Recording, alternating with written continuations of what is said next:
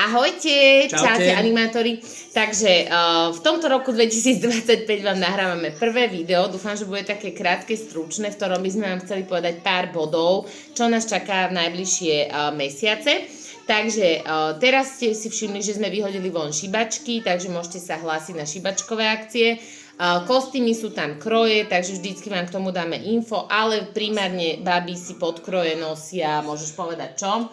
No, klasické tielka, pančuchy, ale sme vonku, sú to vonkajšie akcie, čiže je možné, keď bude trošku chladnejšie, že treba aj normálne termo, takže určite tmavé, jednofarebné termo pod kroj je v pohode. A vlasy do nejakého krásneho copu, červený rúž, make-up, tento rok naozaj bazírujeme na tom, aby to aj vyzeralo dobre. Chalani... Copy normálne pletené vrkoče, buď 2 alebo 1 pletený vrkoč dozadu. Chalani, vlastne kostýmy tiež máme, ale väčšinou vlastné čierne nohavice, tmavé, nie rifle a vlastne a biela košela. A takisto, ak ste vonku, čo je drvá väčšina akcie vonku, tak pod to niečo, aby vám nebola zima. Všetky šibačky budú prioritne, sú vonku, je to prvoročná exteriérová akcia, čiže jediná výnimka, kedy nebudeme vonku, je, že prší. Keď bude minus 10 stupňov, tak proste vonku budeme. Dobre. Moderátori budú Mário a Lacko. Ak náhodou tam nastane nejaká zmena, že potrebuje Mário si viackrát Lacka zaškoliť, tak zase proste vám budem písať a budeme to trošku obmieniať. A máme tu aj pomocníčku. Dobre. Potom nás čaká natáčanie promo 29.4. Tam sa mi môžete hlásiť, to je u nás doma. A 3.5. máme meeting. Dáme pauzu. Či nedáme pauzu? Meeting so starými moderátormi. Oni už vedia, takže sa nám nahláste. A najpodstatnejšia info, 18.5. v nedeľu máme každoročné školenie / sústredenie všetkých ľudí v našom týme. Je to extrémne dôležitá súčasť na zaškolenie nových animátorov, moderátorov, ale aj na obnovenie vašich vedomostí. Je to preto, aby sme sa naštartovali na jednu z najnáročnejších sezón, ktorá nás čaká, a to je máj, jún, júl s atrakciami. A k tomu vám viacej povie Mário. Je len info, že to teda je 18.5. nedeľa, bude to v Kerkire, bude to celodenka zhruba od 9. do 18. A naozaj nám záleží na tom, aby všetci, ktorí chcú s nami spolupracovať v tomto roku, tam boli.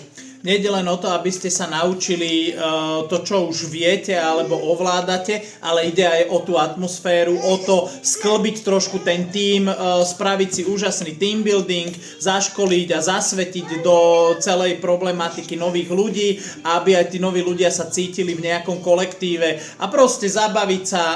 Vy, čo ste starí animátori, tak pravda, že školenie nebudete mať platené.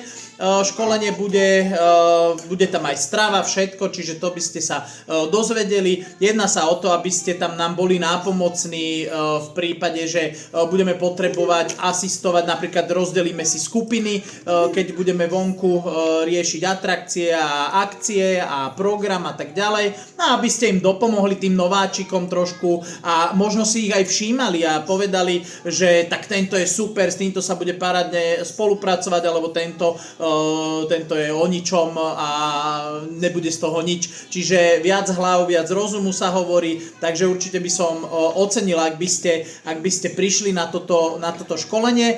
Už len z toho dôvodu, aby ste si osviežili, čo všetko, aké pravidlá, čo všetko máme. Každý rok sa snažíme zvyšovať nejakú látku, čiže aj novinky určite sa dozviete, nové atrakcie, nové projekty, takže určite máte sa aj vy čo nové dozvedieť na tomto školení. No a pravda, že samotné to sklbenie toho tímu a užitie si príjemného dňa v kruhu kolegov a známych. A je dobré, keď sa trošku viacej spoznáte medzi sebou, pretože viete, ako to funguje. Vždy sa menia moderátori, že idete s rôznym tímom, nejde vždy tá istá partia s tým istým moderátorom, čiže je dobré, keď sa spoznáte, keď proste viete čo a ako, predáte si navzájom nejaké svoje skúsenosti.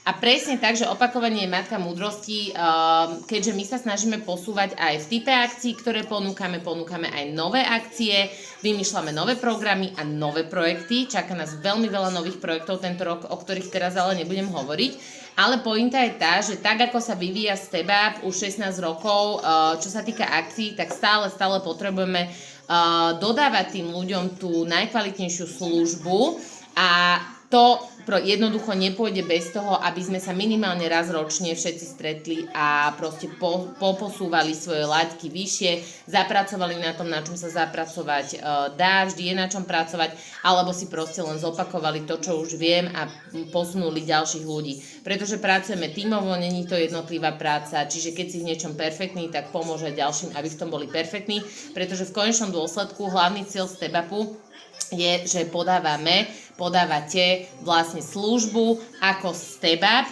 a ten klient musí byť spokojný s tým celkom.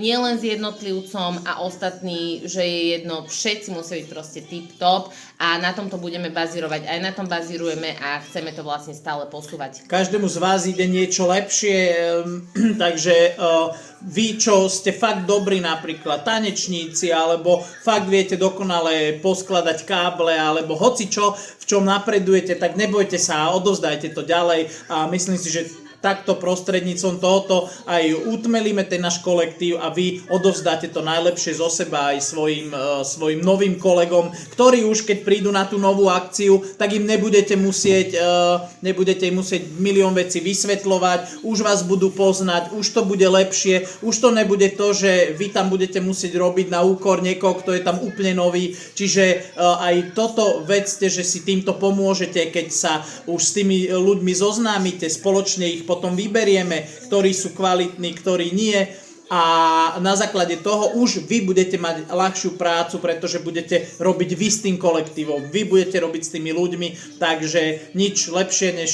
keď už sa nejakým spôsobom poznáte a keď ste si tých ľudí aj sami viac menej vybrali, tak sa vám bude s nimi určite aj dobre pracovať. Dobre, takže by som to len uzavrela, že 18.5. je školenie / sústredenie, na ktorom by sme veľmi chceli mať všetkých. Čiže ak môžete, nahláste sa, že prídete. Teraz hovorím k vám, ktorí už ste školeniami prešli minulý rok alebo pred 2 rokmi.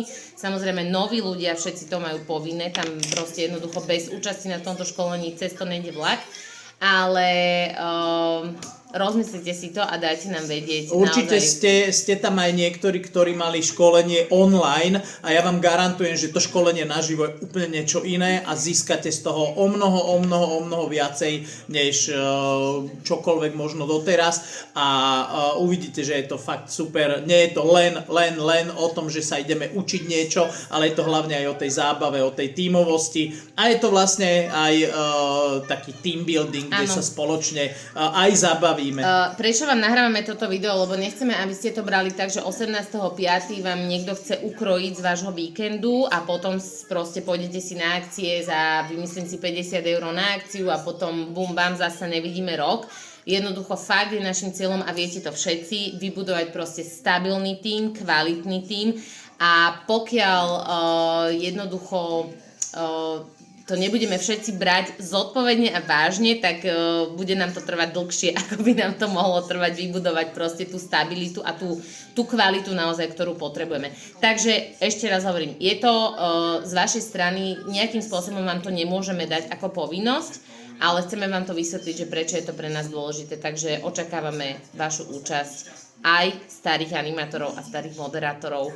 Ak sa chcete podieľať niekto ako školiteľ, samozrejme to je úplne že super, že môžete sa proste podeliť s nejakou tematikou, môžete ukázať nejakú choreografiu, alebo môžete nejaké hry súťaže, alebo čo ste si všimli.